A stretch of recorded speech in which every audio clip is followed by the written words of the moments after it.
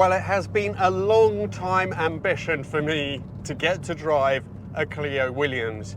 This car is absolutely legendary. The car that foreshadowed it was the 16 valve. So back in the day, you had the Renault 5 Turbo and the 205 1.9. And although the 5 had its followers for sure, the 1.9 GTI was the undisputed king of hot hatches. When Renault came out with the new small car, the Clio, they made the 16 valve. That had 137 horsepower. It was more solid and heavier though than the 205, so it didn't really feel any faster. But they definitely managed to close up the gap a little bit with the King. Then in the 90s, they decided that they wanted to take it rallying. There was also a partnership with Williams, because at the time in 93, Williams won the World Championship with the FW15C, I think it was, which had a Renault engine. So it was a perfect opportunity. But don't be misled, Williams itself, as far as I know, didn't really have any input into how this car was developed. That was still all done by Renault Sport. And they went all the way. It wasn't just a mild change from the 16 valve, which already was a hot GTI. The engine went up 200 cc's, but it also had different pistons, different valves, different inlet, different exhaust manifold. It even had a different, stronger crank. Suspension-wise, there was a different, stronger front subframe, stiffer suspension all round, and even track which was wider by 34 mil. Complement that with those incredible wheels, and this is a car which looks absolutely spot on.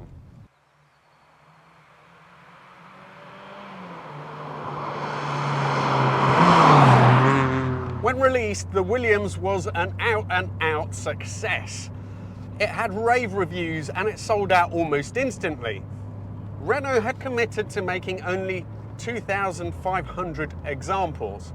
But this is where they were a little bit naughty and upset a lot of people, because having had their appetite whetted by how much people loved the Williams version of this car, they kind of decided to break their promise, I suppose, and they went on to make not 2,500 but 12,000. So there is the first series cars, of which this is one. When it was updated, when the normal base Clio was facelifted, they then made a phase 2. There are some differences, I suppose. They weren't numbered with plaques, so they tried to do that to placate people, but all the same, there was quite a lot of unhappy Renault fans when they did that. We're coming up to the first set of bends, so let me just tell you how it feels on those. Gear change is lovely, light, snappy, good amount of travel. Brakes feel strong.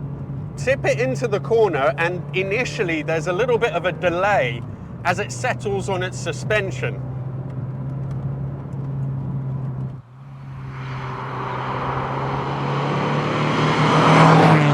If you've driven any of the modern stuff, I think that you will be struck by just how soft this is for a GTI. There's a lot of movement in the suspension. It really feels quite soft. So you don't have the immediacy of response that you would have with one of the modern cars. But the trade-off is that this is more involving, because it just adds another facet that you have to keep in mind as you're driving this, something else that you have to plan for. It's a little bit more difficult. It's not just point and squirt, chuck it in, turn in. You have to factor in for that extra body movement, but then it also gives you a better idea of the speed. It makes you feel like you're working with the little Clio. It's a 16 valve, but for a 16 valve, to me, it feels like it has really good mid-range. Handles the bumps just so well. And now on the little hairpins.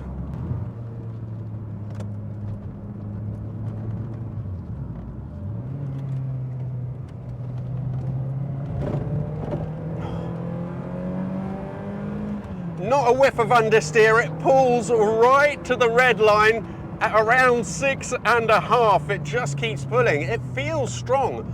Probably feels to me slightly stronger than its 150 horsepower would suggest, and that is because it weighs just under a ton.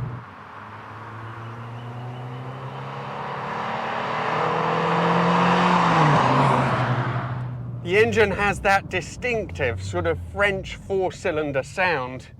You've been into one of these Renaults before. I can't quite put my finger on what it is, but it's so distinctive. Lovely, lovely. It pulls hard, you know, it really does. Feels to me quicker than my 306 GTI, which had about 24 horsepower, but I guess another sort of 200 kilos. What a beautiful thing. So far, not a whiff of understeer. Once you're in the corner, just power out of there. No torque steer either. Beautiful. The little engine just loves to be revved. What an experience.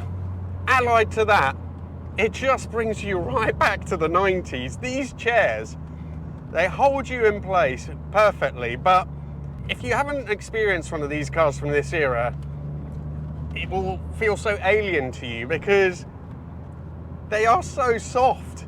And with this lovely Vela, there's just so much comfort there. I don't know why now they don't make car seats like this anymore. They're much stiffer than this. They're much harder. So anyway, you're held in place really well. Driving position, for me, the legs are a little bit scrunched up, but it's not too bad for a Super Mini of this type. And the interior, you have a lot of grey plastics, but it's all very simple. And as part of the Williams package, obviously you have these heavily bolstered chairs with the little Williams logo, the blue instrumentation, the extra 3 dials at the top there. So it has enough with the gear lever as well. It has enough to distinguish, and I think it looks spectacular. It's just so right. It's tall, it's perfectly stanced. Those gold wheels, you think Subaru did that? It wasn't. The French. Renault were the first to come up with this sort of colour arrangement. The wheels are also an inch wider than the 16 valve wheels. The whole thing is just absolutely spot on and still really comfortable and quite refined. What a car they came up with. Really is incredible. And this one, I'm going to surprise you now, because we've had a look at it. It's a lovely car. The seats look great.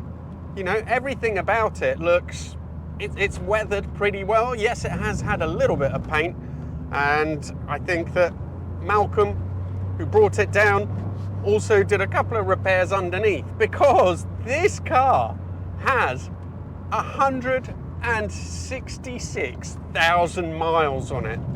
Now maybe that wouldn't surprise you if you're in a German car, but a small French car that has weathered time so well, it also drives brilliantly, and he hasn't done much to it. One clutch, a few other little bits, but you know, nothing major. And yeah, well done Renault. I can't believe it survived so well.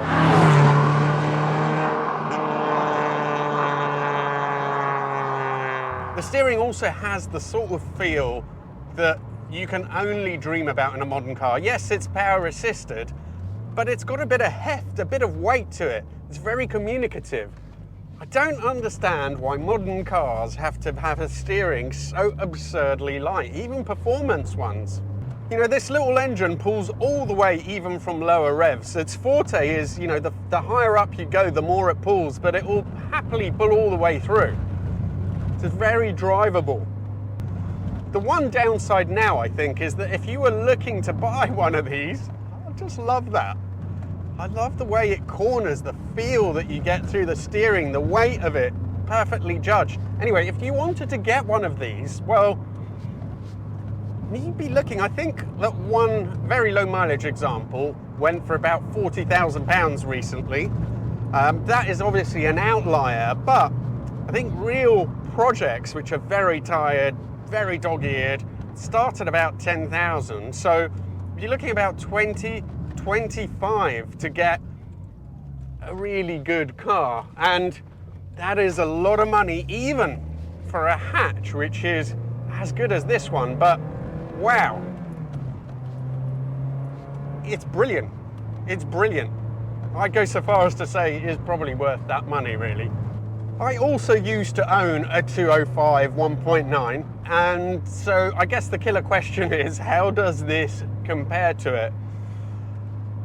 And the answer is very well, to be quite honest. I think that perhaps at the extremes, the 205 is very slightly more engaging and more thrilling because it's a lighter car. It has a little bit more crispness about the steering, but the downsides compared to this are many. First of all, although if you're clumsy, you can get the back end out on corners, this is nowhere near as tail happy and as sudden as the 205s. And then the other massive difference is the engine. This is leaps and bounds better than the 8-valver in the 205. It just has more character, it works harder, it's so much happier to rev, it's got a nicer sound. So overall, if you were to say which one would you have, I'd have no hesitation. Every time I would pick this over a 205, and I do really like 205s. If you're interested in finding out more of what I thought of Pepe, my 205 GTI, and the general ownership experience, then click on the link that's coming up. Thank you so much to Malcolm for bringing it down. Thank you to all of you for watching. If you haven't yet subscribed, please do. And if you want me to do a review on one of your cars, I'm always on the lookout, then please get in touch at these addresses. Thank you so much, and I look forward to seeing you for the next video.